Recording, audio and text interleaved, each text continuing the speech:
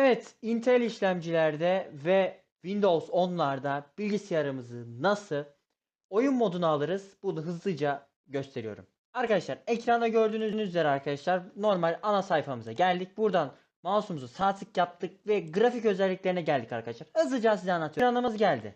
Sonra buradan güçe geldik. Güçe bastık.